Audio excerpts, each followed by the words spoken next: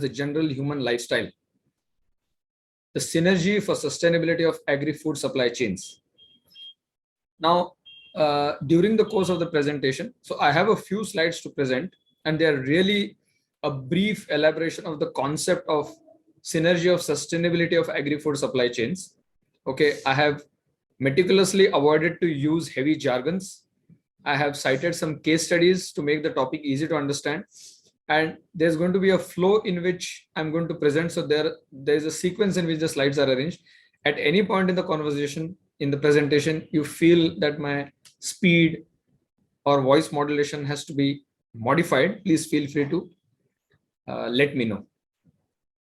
And we have budgeted at least about half an hour or 20-25 minutes towards the end of this session for question answers. Nevertheless, during the course of the presentation, on any particular topic, if you want an elaborate explanation, just feel free to raise your hand and put in a comment, and I'll be happy to address. Thank you. Now, the basic word synergy itself means something that is a cooperative interaction, a collaborative process or phenomena, the effect of which is much, much bigger, greater, and more impactful than the effect produced by the individual entities involved in a synergical process. So let's say there are about, so a typical example is a corporate functioning where you have multiple departments. There is an HR, there is a finance, and there is operations, there is marketing, there's technology, and many other functions. Now, primarily these 5 functions, they interact in review meetings or strategic discussions, and together reaching a consensus, a conscious consensual decision, they come up with a strategic plan and they execute it to create an effect which any individual department would never be able to create.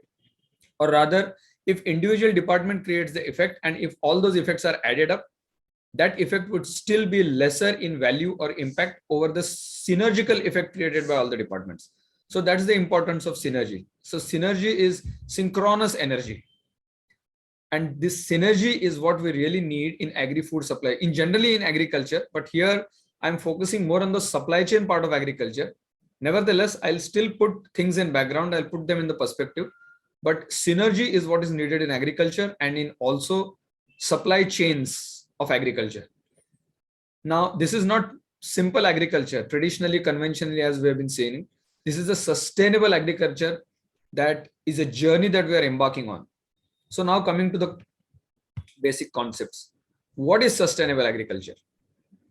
Sustainable agriculture is an integrated system of food production, farming in simple terms, which will satisfy all the human consumption needs. That means our food needs. It will enhance the environmental quality and the natural resources base.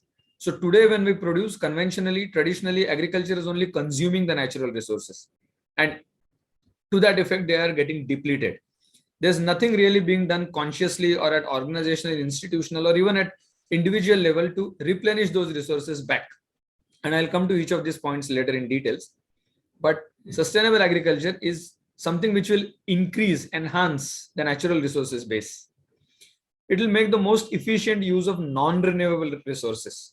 So instead of fuel-based non-renewable resources, we'll switch to renewable resources like wind power or hydroelectric power, etc., solar power. Maintain the economic viability of farm operations, which means the profitability still stays. It goes without saying. The economic viability of any farm operation, and enhance the quality of life for farmers. So there's a people aspect here, people element, and society as a whole. Now this, as indicated in the bold statement below, over the long term. Now, over the long term is really the heart of sustainability. That is the crux. So sustainable agriculture determines the change this way, that over traditional agriculture is something which you will see only in the first point, just satisfy the human consumption needs, come what may, because food, clothing, and shelter are the 3 basic needs, and food tops them all. No organism can live without food. But over and above that, we have to think of the environmental quality, try and embark onto agricultural methods and techniques such that the environmental quality will get enhanced, the natural resources will get not just replenished but also increased. Will make efficient use of non-renewable resources, deploy renewable resources, maintain the economic viability. So while all this is being done, profitability still has to be maintained, and enhance the quality of life of farmers and society as large, all of us. So the basic goals are demand fulfillment, along with environmental health, economic profitability, and social and economic equity. So the whole concept of sustainability itself rests on the principle of meeting the needs of the present without compromising the ability to meet the needs of future. It is not present at the expense of future. It is present in such a way that it continues all through the future. That is sustainability in agriculture. And consideration of social responsibilities invariably involves the living and working conditions of the laborers, the farmers, the rural communities, and the consumer health and safety standards, which are also of prime importance. All these as well for the present as well as the future. Now, extending the same concept of sustainability from merely agriculture to the supply chain management of agricultural produce. So that is considering the human, environmental, and social impact of the produce, the journey of the produce, whatever the crops or the fruits or the pulses or the vegetables or milk products they could be.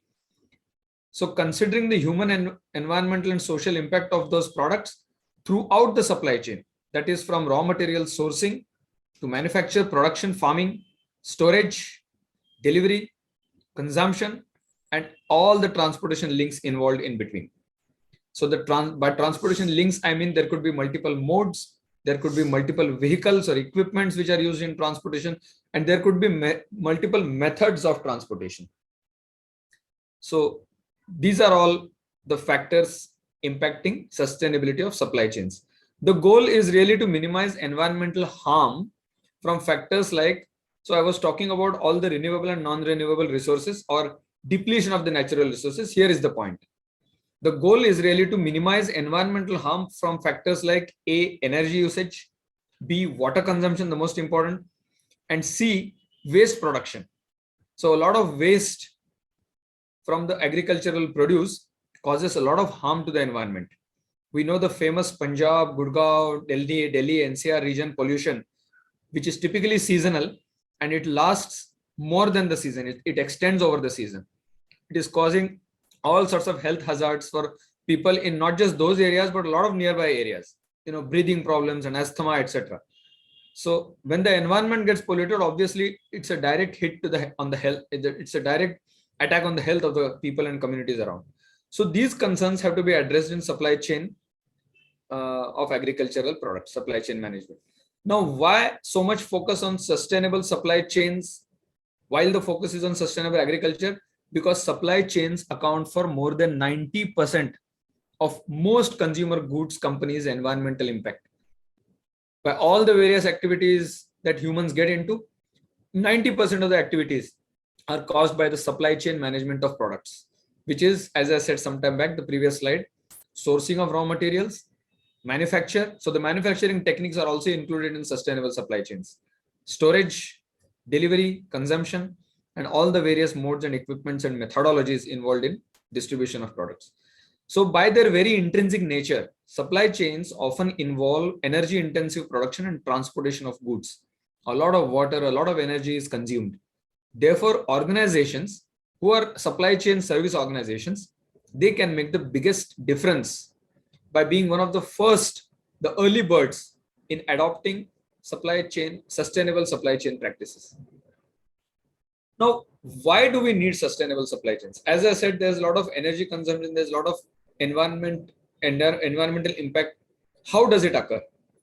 So whenever agricultural projects have to be set up, vast expanses of land is needed. And often this land, especially in countries where there is scarcity of fertile land available, this land comes at the expense of forests. So there is massive deforestation, not just for acquisition of agricultural land, but also for building the transport and distribution infrastructure, which means the roads and the bridges and the railroads, the railway tracks, the dedicated freight corridors, the port augmentation projects. For everything, land is acquired and it is at the expense of forestation. A lot of trees are cut down.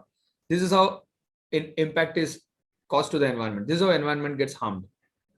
Obviously, when the trees are cut, the trees which are home to millions and millions of species for generations, those species have to either lose their lives or they are forced to migrate. So there's a biodiversity loss. The very fact that those species have been residing there for generations stems from the cause that that particular climate is conducive for the growth of the species. Now, when they are forced to migrate, obviously the biodiversity is lost. The products have perishability constraints. So often perishability leads to infections because microorganisms attack the products after their shelf life is crossed. And there's also an element of poor working conditions, especially in countries like China and Vietnam and Laos, who are also now becoming aware of the sustainability factor in supply chains. With the supply chains growing more and more comprehensive and global in nature, the living conditions of workers are a matter of concerns for companies importing from remote, far-off countries, especially when consultants like us get onto the projects for certifying companies or investments or any project for ESG, which is environmental, social, and governance elements. All these factors have to be considered. Whether the company is importing any raw material from any country where the labor conditions are miserably poor, they are miserably overlooked, or they are exporting goods to countries where the consumer community, the customers, their consumers are not looked after with good standards of human dignity. So if these factors are not included, ESG certifications are denied to those companies. What are the benefits of sustainable supply chain? So there is cost reduction. Now one would say, by changing so many practices and by becoming aware of so many factors and constraints, how does one achieve cost reduction? So as the word sustainability goes, cost reduction is only over the long term. So all the initial costs that are incurred are extremely productive investments for a sustainable return on those investments. So that's how cost reduction is achieved. Operational efficiency, because obviously when you're taking care of the environment, you're taking care of the social and health hazards, when you're taking care of people's living standards, obviously the output is going to increase, the productivity is going to increase. So with the same amount of resources fed into a process, or even with lesser amount of resources, the output just shoots up. Hence, operational efficiency shoots up. Compliance, so processes are well governed and well compliant with the government regulations. Investor relations are maintained or they get strengthened because the projects are ESG certified. Investors are assured of sustainable returns for that particular project or that particular organizations. So they confidently invest and they go on increasing their investments. There is a branding advantage with sustainable supply chains. And in fact, wherever there isn't, companies have to find out strategy in which their decision to start a sustainable supply chain project or service has to be integrated into their branding strategy. They have to use it as a brand enhancement tool. And the entire paradigm shift around building sustainable supply chains is a cultural shift. So it's building a healthy and beneficial culture for the world at large.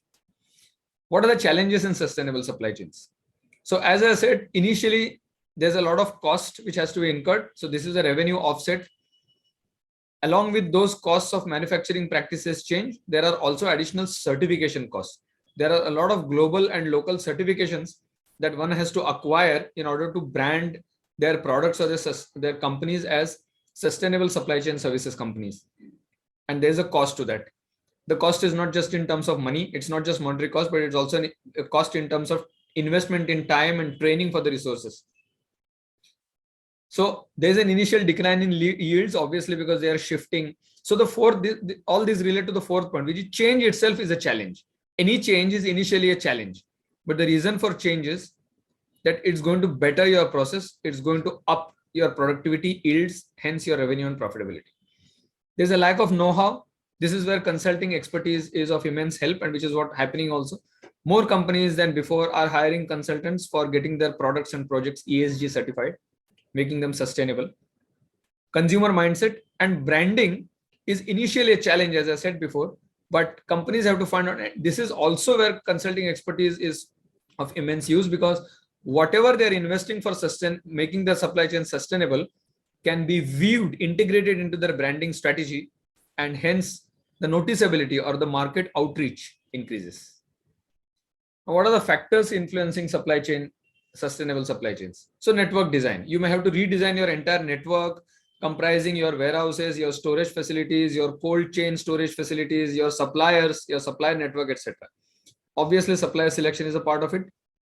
The production and distribution processes themselves may undergo transformational shift. You may have to explore new geographies for sourcing your raw materials as well as for selling or exporting your products.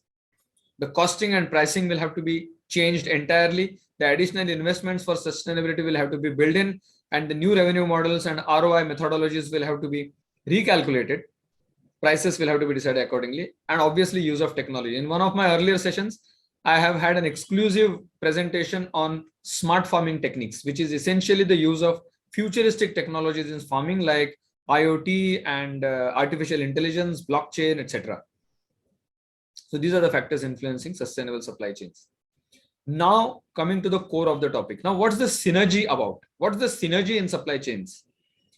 Now, when we talked of so many factors, when we talked of so many benefits, and when we talked of the social and environmental impacts, obviously there are going to be, very obviously, there are going to be multiple entities involved here. Now, it is utmost necessary that all these entities work in synergy.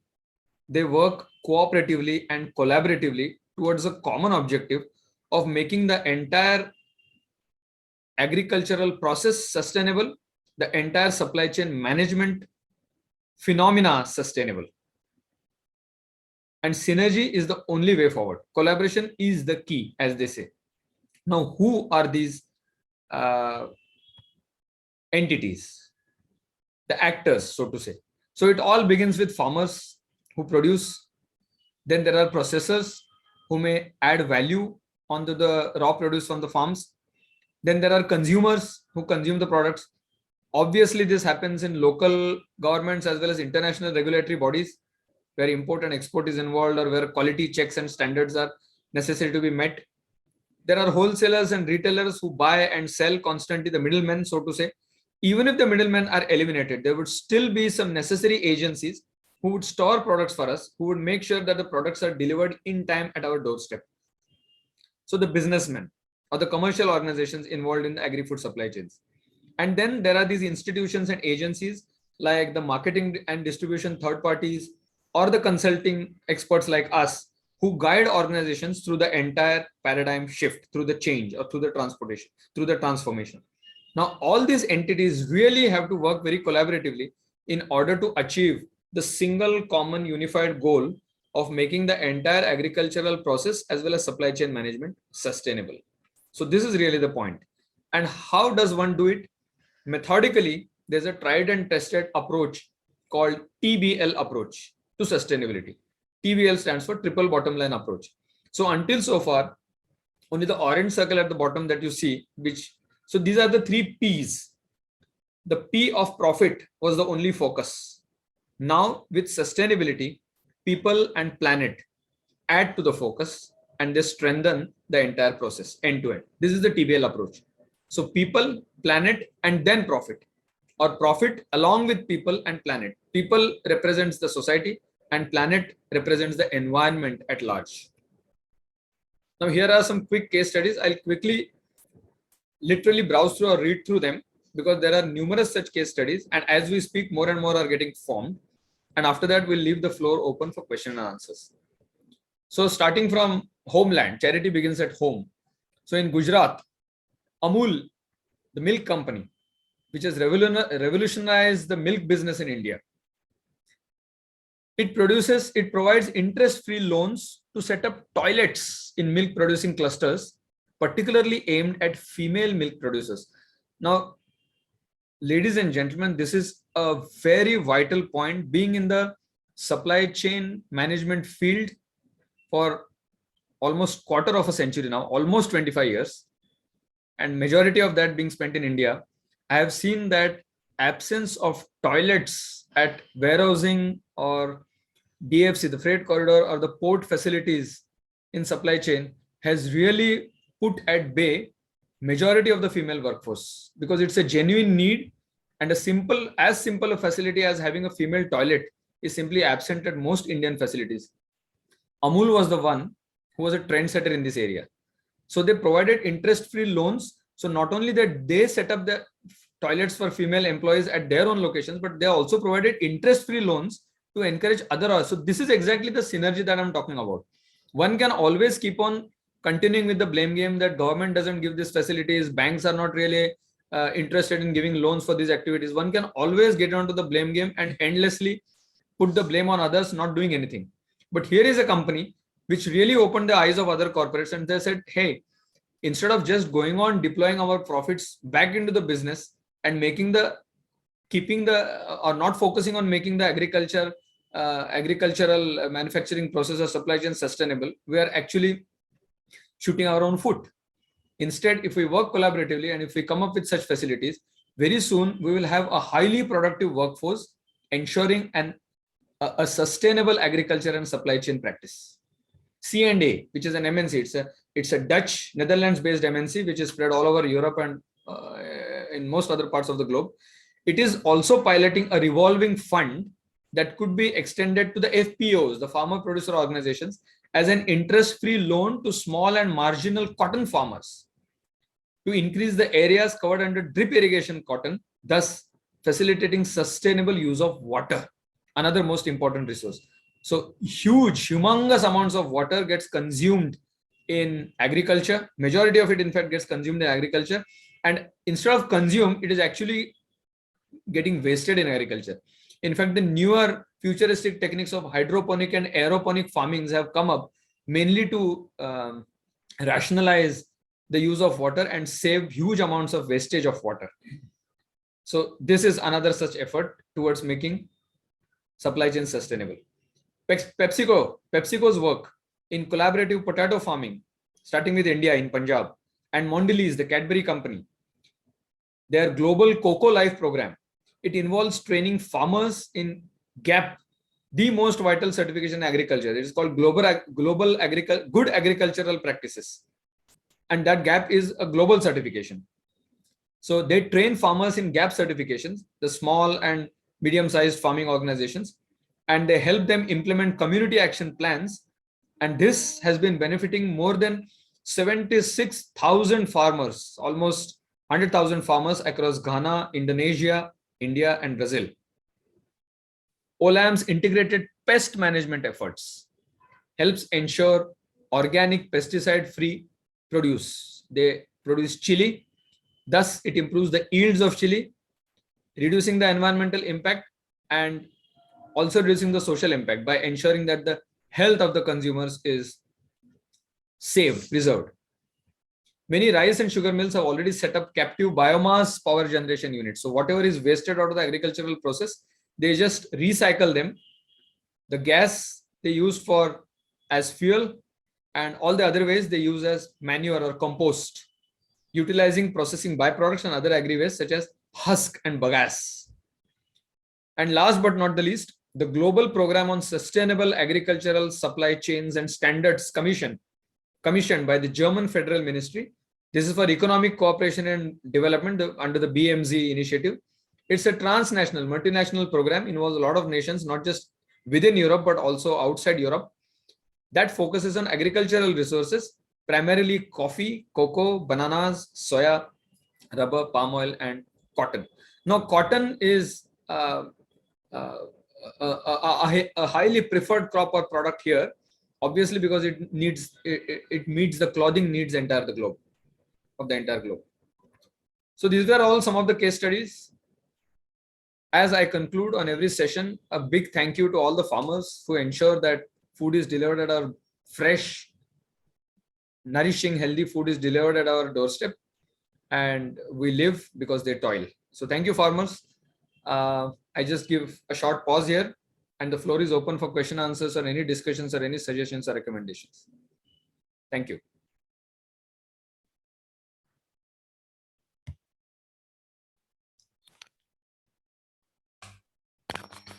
Thank you, Mr. Mandar, for a very detailed presentation. Now I'll Thank you. take up a few questions. Sure. I'll just stop the video now so that there's a better transmission. Yeah, sure. Okay, so the first question is, why is sustainability of agri-food supply a problem? So let me focus on the slide which I had displayed on challenges in sustainable agriculture. You see, it is a problem because, first of all, it's a change. Okay. So in case whoever has posed this question feels that it is not being answered properly in the sense, in the perspective in which it is placed, feel free to elaborate your perspective, but let me just explain this. So sustainability is looked as a problem because it's a change. We have never been oriented to look at sustainable practices in any walk of life. Agriculture being the most important because it produces the most important need of mankind, which is food. Even cotton, even clothing now, but just stick to food, which is perishable. So we were never oriented to sustainability. We were never oriented for long-term thinking. As I said in the first slide, everything that's got to do with sustainable has got to do with doing it over the long term. It has to be maintained and increased over the long term. It is not short term. So that itself is a problem. People want instant gratification. You see today, typically in corporate culture, the way things operate is they have a quarter to quarter unaudited or audited results review, which means they have to produce results. The balance sheet has to look good, because only when the balance sheet looks good, shareholders will invest their wealth, or more investors will invest their wealth. Now, in order to meet the quarter to quarter targets, they do a monthly review, a weekly review, sometimes a daily review, sometimes multiple times a day. What does all this do? This only increases the pressure on instant gratification. I want the sale to be closed here and now. There is no sustainability angle to it. So that is changing, and that is a problem, obviously. Now, tomorrow, if we talk of sustainability, government talks of it, subject matter experts talk about it, agricultural forum talks about it, but organizations don't really align themselves to it. What will happen is the salespeople will neither be able to sustain their jobs, forget growing, nor will they able to lead their life happily. So entire organizational mindset has to change, and this change is really the big problem. Now, along with this change as a problem, what are the related problems, or what are the problems that make up for that make this change? So there is a cost involved. So yesterday, so obviously profitability calculations go haywire. Profitability gets affected. The cost per unit, as they say. Yesterday, let's say I was selling 1 kilos of mango for, let's say, 500 rupees. Now there is a cost involved, so my profit gets hit. So now I'll have to sell it for 600 rupees or 700 rupees in India, which is a change. Maybe my market will go down. Maybe my revenue portion will drop. And now, if I try to position myself as a sustainable mango seller, people don't even know what a sustainable mango seller is. People will still look at the color of the mango, the size of the mango, and maybe the taste of the mango. If the taste doesn't make a difference, it will make a difference in the long run. But that long run is really the problem. No one really wants to think long term. The whole world is for instant gratification. And this really is at the heart of all the problems. It's a mindset problem. Once the mindset problem is overcome, all other problems will just fall off automatically. Now, if I haven't addressed the question, the point right, please feel free to elaborate, and I'll want to add some more aspects. Sure. Yeah. Okay. As of now, we'll go to next question. Sure. So please tell us about yourself and what made you to take an interest in this field. Oh, that's an interesting question. I like it. So I am by qualification an engineer and an MBA in supply chain. The time when I did my supply chain management, a full-time 2-year course, that time the term supply chain management wasn't even coined in India. People did not know what a supply chain is, in India at least. It's a term essentially adopted from the West. And even my degree certificate reads materials and logistics management. But as they say, only those who keep on rediscovering themselves truly grow. So I always had this, inner drive in me to keep on rediscovering myself. So as a budding supply chain management professional, Thankfully, to my good luck, supply chain itself was a growing and comprehensive area. As I said, today supply chain is a global phenomenon. In fact, as recently as today morning, if you see, there's a news of airstrikes, imminent airstrikes by Russia on Ukraine, and so many, and American Navy airships and all have started, moving forward and all that. Even there, the issue which is most talked about is that global supply chains are again all set for disruption as they were in the pandemic. So anything comes and hits the world, because supply chains have become pretty much global, it affects the global supply chain network, and hence our demand and supply dynamics is all thrown for a toss. So as the area of supply chain itself started growing and becoming comprehensive, I started getting a lot of opportunities to work on. I almost traveled across the whole globe. I have lived in each and every continent on the globe. I have led all the most important business functions other than finance, like operations, technology, marketing, and obviously supply chain management. So, and because of this, I myself started understanding the importance, the significance of a sustainable revenue or a sustainable profitability, or in general, a sustainable process concept. If the supply chains have to be free from disruptions. So if I have to answer this in short, it all started while working on the risks to supply chain management. Lack of sustainability or short-term thinking is the biggest risk to supply chain management today. And when supply chains globally get disrupted, the effects can be as devastating as what happened during COVID times, what may happen, God forbid, if there are airstrikes or the war really proliferates or grows, and many other such disasters.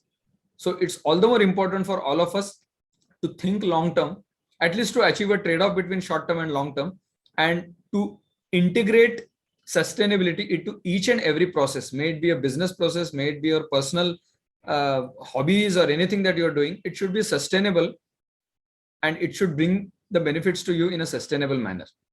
So that's what prompted me or drove me towards getting into sustainable agriculture and sustainable supply chains. Especially during the pandemic times, I also started with activities that could reduce. So waste management is also an important aspect of supply chain management. So I got into activities by which we could reduce our dry as well as wet waste, which is dry waste is usually plastic, wood, metal, glass, etc. And wet waste is your organic waste, essentially what is created from food products. So during the course of that, I also gathered a few individuals, like-minded individuals, and started a small initiative called home composting, which almost grew into a global movement. And that again prompted me to work on sustainability aspects of supply chain management. So my basic qualification and experience in supply chain, plus the need of the hour, which is sustainability, together combined prompted me to take up these areas. Thank you. Okay, that's very good to know. Next question is, how can you improve the sustainability of a food system? So we just talked about it. Take any food system, let's say the milk system. So first of all, the cattle feed that you have, the farms that you set up, or the stables that you set up for nurturing or maintaining the cattle, all those have to be set up in a manner which is sustainable. The land, the food that is fed to them, the working conditions of the laborers over there. So right from the beginning, right from sourcing of the raw materials to the process of production, manufacture, to storage, distribution, and then to the point of sale till the end consumer. If you build in sustainability in each and every step, at each and every step, in each and every stage, then that amounts to setting up a sustainable supply chain. Now, when I say if you build, it's not a single person or a single institution. There are multiple entities involved here, and those entities are the farmers themselves. So whatever little or large additional investment that they need to make it. It has to be a non-negotiable term in their project. Now, if the farmers say that we are not financially capable of making that investment, they have to approach banks or NBFCs or financial institutions, and financial institutions should cooperate with the farmers. If the financial institutions are constrained not to provide such kinds of loans, private financial institutions have to take a step forward, and they need to help the farmers. If they need to approach the government for having some subsidies or incentives for doing that, they might as well do that. Now here government have to modify their policies and regulations for providing this help to the farmers. So as the entire ecosystem has to team up as one man, and that's really the synergy. When all of them come together and get aligned and oriented to the system of sustainability, the complete focus is achieved, and then whatever the returns, that will get evenly distributed or appropriately distributed, and that will only keep on increasing. Ultimately, it will benefit everyone. But just that little investment in terms of money, time, resources, energy, effort, that has to be made. That's how any system can be made sustainable. Okay. Now, now we have the last question. As a strategy leader and senior consultant, what is your role? My role is to advise and help organizations complete their projects in time and ensure that they save costs, they increase their profitability, and that is in a sustainable manner. In short, now how do I do this? As I said, in my almost 25 years of corporate career, I have traveled across the globe handling projects and leading functions in operations, technology, across sectors. It's in heavy manufacturing, it's in services, it's in retail, it's in e-commerce, everywhere. So with my experience, with my qualifications, with the kind of project that I've handled, I help organizations. So initially, typically any organization, let's say an FPO, a farm produce organization approaches me and says that we want your services. So either there are identified needs or there are unidentified needs, which means either organizations know what are their problems, or they simply don't know the problem. They just want to save cost and increase their profits, which is the objective of every organization. So if they have a known problem, I help them solve the problem. How can we solve the problem? Let's say there is an efficiency problem. Their operational efficiency is pretty low, and hence that is taking a hit on the profitability. So I advise them automation. For automation, we need several systems and software systems and web tools, etc. Since I have been in the market, since I'm abreast of all the kinds of developments in the technology area, I advise them of all the off-the-shelf tools or various contract workers whom we can outsource the work to. This could be one of the projects on which they could seek consulting expertise. Maybe there's an agency which is producing a lot, producing of good quality, but they simply don't have the required consumer outreach. So I either help them step up their marketing efforts, or I help them select a marketing agency who will do the marketing for them. As their sales get a boost, the marketing agency will get a margin of it. Similarly, for transportation, for distribution, for warehouse layout designs, for hiring of trucks, for negotiating the transport, the distribution prices, etc. On all kinds of various projects and activities, I help them with my experience. And these days, as I said, with sustainability coming more and more under the focus, there is something called an ESG consulting, that is environmental, social, and governance consulting. This starts right from the investment stages all through the operational processes until the profitability stage, which means organizations there are some standard global and local certifications for ESG. Organizations who have secured the ESG certifications, they are more likely to get investments in the long run, which means sustainable investments, based on which they can undertake some projects and they can run their business and they can increase their profits. Now, to get those ESG certifications, I advise the organizations what they need to do, and I also collaborate or do liaisoning with the agencies which will issue those certifications and help them get those certifications. So these are the kind of activities that I get into. And agriculture and supply chain management is obviously agri supply chain or food supply chain is obviously my focus, my top priority. Okay. So next question is, do you think currently Indian food supply is not sustainable, and why? If so, why? Yes, obviously, it's not a question of what I think. It's for the whole world to see. There is huge loss. There is huge wastage. There are a lot of middlemen involved, which the government tried to overcome. So don't take this as a political statement, but the fact on the ground is that agricultural reforms in India are not just due, they are long overdue. They are over delayed, in fact. And this government, a decisive, dynamic government at the center, tried to bring in a huge agricultural reform. There was stiff opposition from all across the corners. Now, whether that opposition was politically motivated or whether it was really led by farmer representatives can be a subject of debate in another session. But point on the ground is that the agri reforms have to be called off. Initially, there were even talks to defer them, but then the opposition was so strong, and instead of allowing them to disrupt the entire business of the country and large parts of the world, the government took a judicious step and said that okay, these reforms are called off, and because of that, the middlemen still proliferate. They are all over the place and they are hitting the margins of the farmers. And as we speak, unfortunately, farmers are driven to suicides. So where is sustainability here? The farmers are not even able to sustain or maintain their average lifespan, and we are talking of decades and generations. So obviously, sustainability in India is grossly, miserably missing. And again, coming back again and again, I cannot highlight this enough. A synergy is the need of the hour. All the various agencies involved, no one can absolve himself or herself or themselves as an individual or as an institution out of it. We must see. So at an individual, what I can do. Now, let's say I'm a consultant. How does sustainability and synergy in sustainable supply chains concerns me? Well, I would say that if I get a project where I charge X amount of fees for my consulting, if it's a sustainable project, I will heavily discount my fees. For that matter, if there is government involved and government is really seeking support, I would even waive off my fees. And now Rajni, most of the agricultural forum staff knows, I have been conducting a series of lectures on agricultural forums, not a single dime I have charged to the organization. So this is what an individual can do. They can work voluntarily for the organization. This is a part of their contribution to the national economy. This is in a way patriotism at play, and this is in a way our whatever meager contribution to bringing in synergy and sustainable in building sustainable agriculture and sustainable supply chains.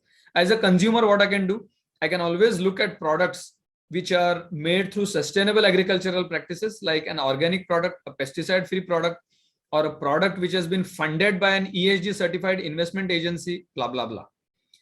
If we build in this awareness in each and every step that we do in our routine lives, whether you are wearing a hat of a consumer, whether you are a farmer yourself, people have immense amount of wealth and they invest their surplus wealth in creating farmhouses outside cities. They can produce, they can make some small sustainable farms and sell the produce at discounted prices, because anyway, whatever they have built is at their surplus, is through their surplus capital or income, and they don't really need their produce to be sold at a profit. Well, I'm not saying that profit should never be considered, because in the triple bottom approach, profit is still maintained. No one has asked you to take away the profit aspect of it. But profit must be looked along with people and planet.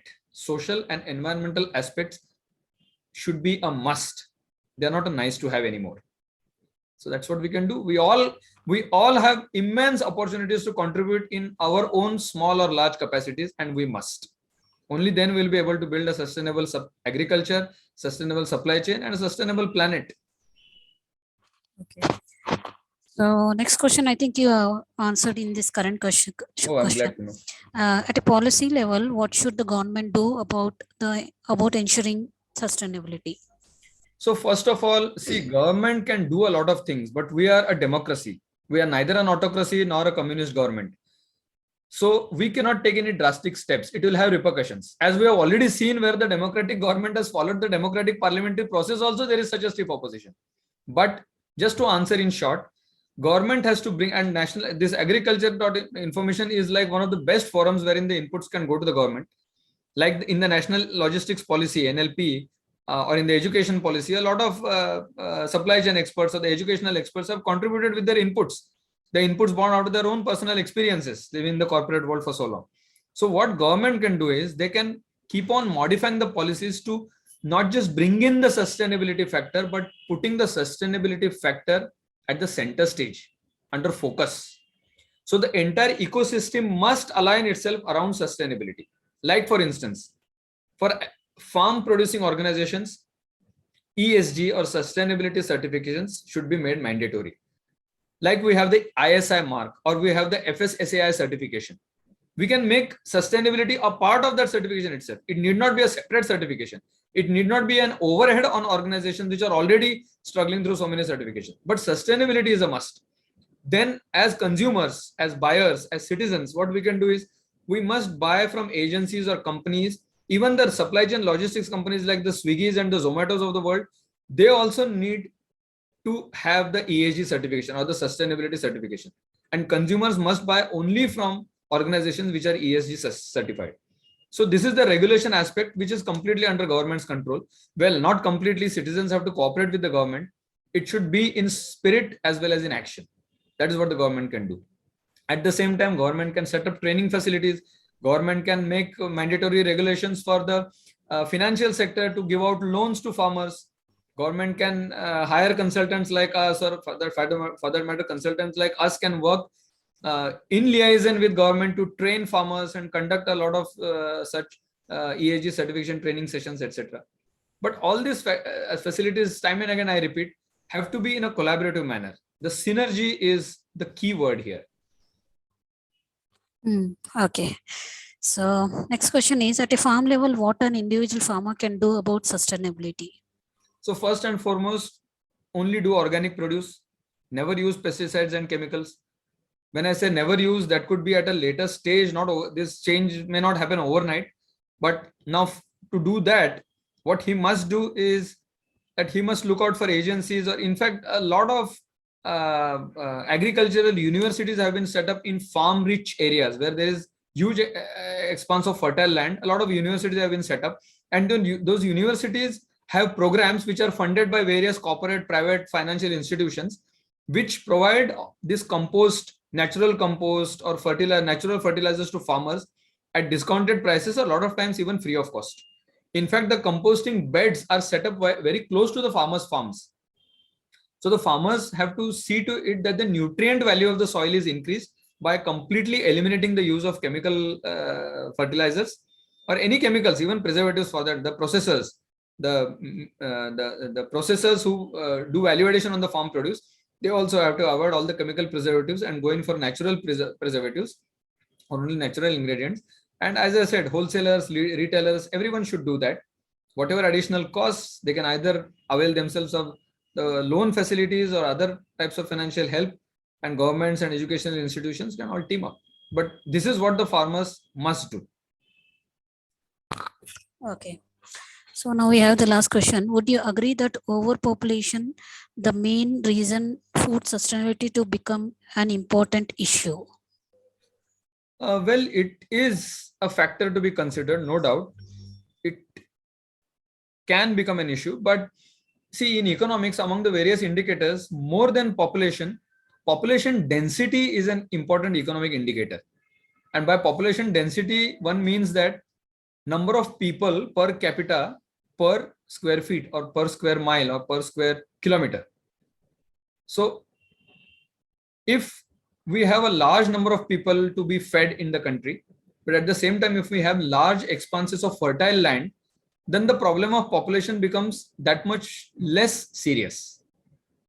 If the agricultural activities, their outreach, their scope doesn't increase as much as the extent to which consumers consume the agricultural produce, then that will become a serious issue, because our dependency on imports, even for basic commodities of food products, will go on increasing. And then every such pandemic or every such warlike situation or every such disruption for that matter is going to create huge issues, because we need to feed that population day in and day out. Right. Okay. Okay, Mr. Kanda, I am not seeing any more questions from our participants. So now we have come to end of question round. On behalf of agricultureinformation.com, we like to thank you for a very detailed presentation and answering all the questions in depth, which was very interesting. And we also like to thank all the participants for joining this meeting. The meeting will now be closed. Have a good and safe I also thank everyone. Thank you for listening patiently. And even I enjoyed the presentation. Thank you. Thank you. Even the questions were good, really. Yeah. Okay. Thank you so much. Bye-bye. Thank you. Bye-bye.